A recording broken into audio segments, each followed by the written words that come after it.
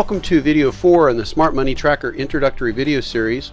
In these videos you're learning smart money strategies of the wealthy in today's market, and I'm your host, Brian Netzel. This presentation is educational in nature and is not a solicitation to offer, buy, or sell securities. It's intended for educational purposes only and is not a guarantee of earnings or profits, as individual effort and circumstances greatly influence the profitability of any financial endeavor. We are not financial advisors or tax advisors and do not practice law. For financial, tax, or legal advice, you should seek the counsel of a licensed professional. In the last video, you learned the 4 economic trends that every person faces in our country. Any financial plan needs to account for these factors in order to have enough savings when you want to start living off your assets. The sooner you want to be financially free, the sooner you'll have to account for these and overcome these trends.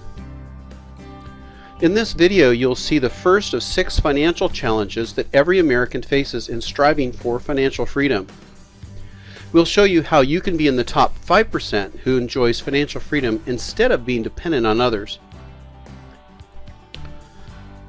What is the outlook for most Americans? Do you know? According to the Bureau of Labor Statistics and the Department of Social Security, if you take any 100 people at the start of their careers and follow them for 40 years until they reach retirement, these will be the outcomes. 1 will be wealthy, 4 will be financially secure, 5 will still be working because they have to, 36 will be passed on, and 56 will be broke or dependent on the government, family, or friends.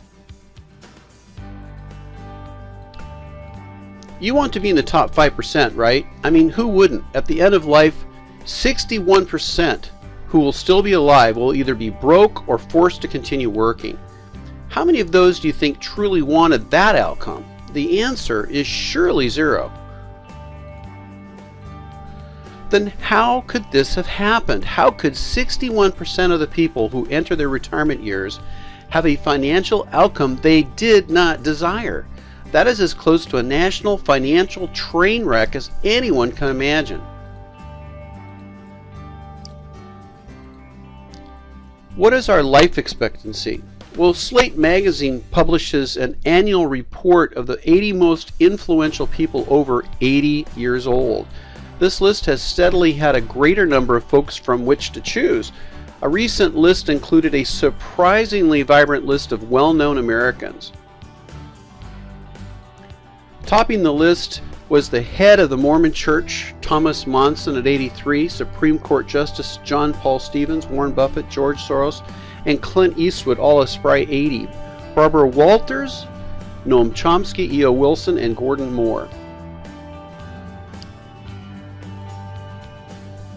Shouldn't we all have a shot at staying productive well into our later years? Wouldn't it be a shame if you had the chance to live a long life, but you didn't have the resources to pull it off?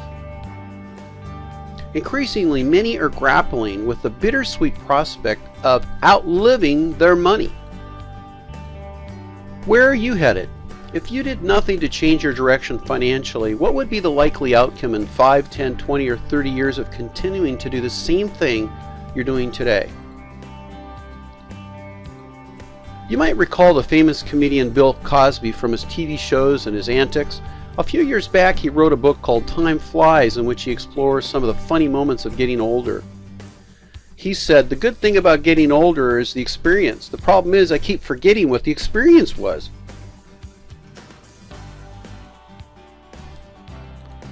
Now that I'm a little older, I'm convinced that time flies as well, and that if we do not know what to do to prepare for the future, rather than burying our head in the sand like the proverbial ostrich, we need to make the decision to learn everything we possibly can about what we can do today to prepare for the inevitabilities of life.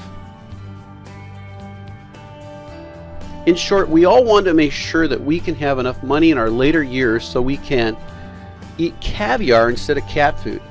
I love that phrase. Enjoy our later years instead of having to work if we don't want to, or we can't due to health reasons. Because most people suffer for insufficient planning, let's take a look at the different seasons of life to see what the best financial planners say we should be doing for each of these seasons in order to be better prepared for the next stage.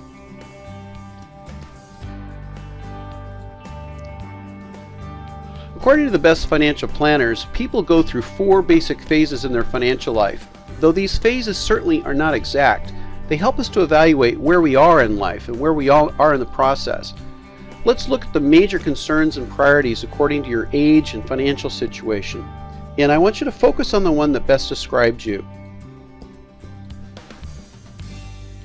Well, the first phase is the unaware stage. That's somewhere in the neighborhood of 15 to 35 years old. Could be less than 35 too. Unless you're the exception, most people in this stage are not aware of the need to plan their financial future. They often have a foggy notion of the future and figure that time is on their side and that the government or company pension will take care of their needs when they reach what seems like an eternity away from where they stand. Why? Well, this age group's busy going to school, finding a spouse, getting established in their career, buying their first house.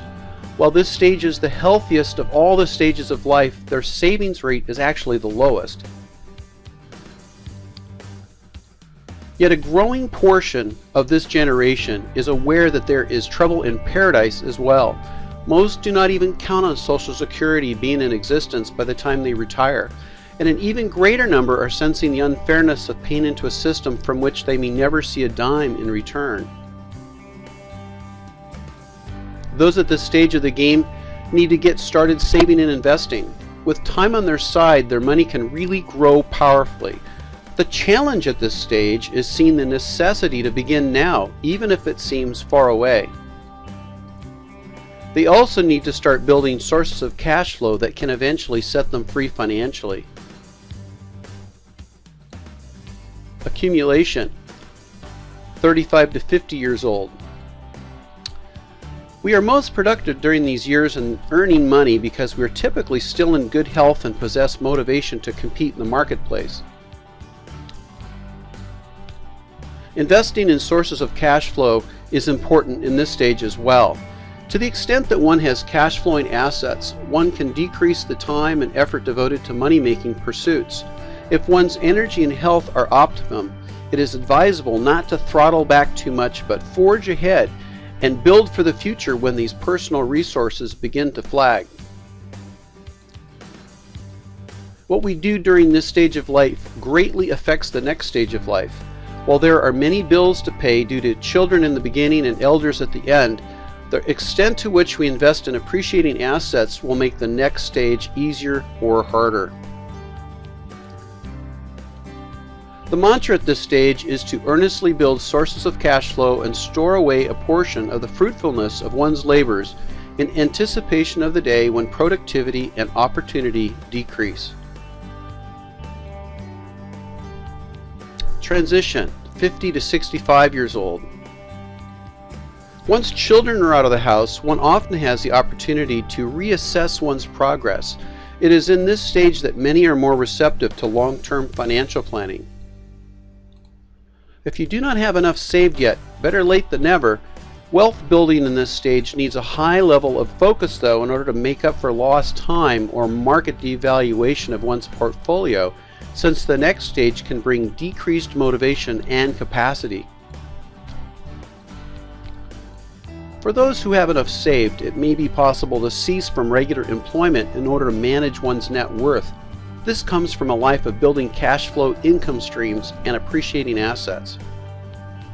For most, the mantra at this stage is to continue building cash flow and appreciating assets while productivity and motivation permit. Withdrawal, 65 and older. Most people at this stage are not as interested or able to work as in the past. Many find that their health or interest require them to throttle back their work schedule, which often means less money is generated in this stage of life. Ideally, one's passive income is sufficient to support one's lifestyle. If one has planned ahead for this stage, one must then be careful to keep life's expenses under control so as not to outlive one's resources. If one does have sufficient passive income at this stage, one needs to assess how much money is available and the burn rate of the capital drawdown to determine how fast this money will last given current expenses, and then factor in the cost of some life emergencies for good measure. The mantra at this stage is to control expenses and enjoy the fruits of your lifelong labors and investments. Lesson: we must evaluate whether our current financial plan is on track to ease us comfortably into the withdrawal phase when we are either not healthy or motivated enough to continue producing more income. Are you on track to live off of your passive income by this stage of life?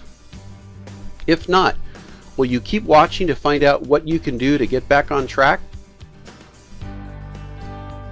In this video, you learn that one needs to anticipate the 4 phases of life and plan for their eventual arrival rather than being surprised when they come. Those who do plan are rewarded with having enough resources when they are either not able or interested in earning income. In the next video, you will see how to account for inflation, stock market fluctuations, and the future of Social Security in your financial plan. Do you have a contingency plan that includes these 3 economic factors? In this video series, you will continue to get valuable information that helps you take charge of your financial future.